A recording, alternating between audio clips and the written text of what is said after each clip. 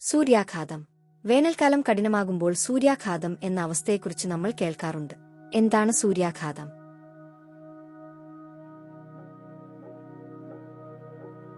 സൂര്യനിൽ നിന്നുള്ള വികിരണങ്ങളെ ശരീരകോശങ്ങൾ ക്രമാതീതമായി നശിക്കുന്ന പ്രതിഭാസമാണ് സൂര്യാഘാതം.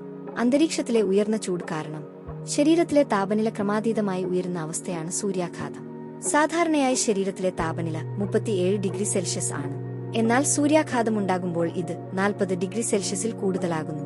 കഠിനമായ ചൂടിനെ തുടർന്ന് ആന്തരിക താപനില ക്രമാതീതമായി ഉയർന്നാൽ ശരീരത്തിന് താപനിയന്ത്രണം സാധ്യമാകാതെ വരും.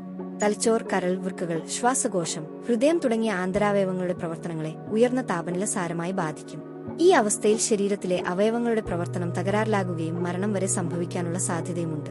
ശക്തമായ തലവേദനയും തലകറക്കവും, ചുവന്നു ചൂടായ ശരീരം, മാനസികാവസ്ഥയിലുള്ള മാറ്റങ്ങൾ, അബോധാവസ്ഥ എന്നിവയാണ് സൂര്യാഘാതത്തിന്റെ ലക്ഷണങ്ങൾ. അമിതമായ ചൂടിൽ ജോലി ചെയ്യുക, ശരീരത്തിൽ ജലാംശം കുറയുക, വേനൽക്കാലത്ത് കട്ടിയുള്ള വസ്ത്രങ്ങൾ ധരിക്കുക, വെള്ളം കുടിക്കാതിരിക്കുക എന്നിവയാണ് സൂര്യാഘാതം ഉണ്ടാകാനുള്ള കാരണങ്ങൾ.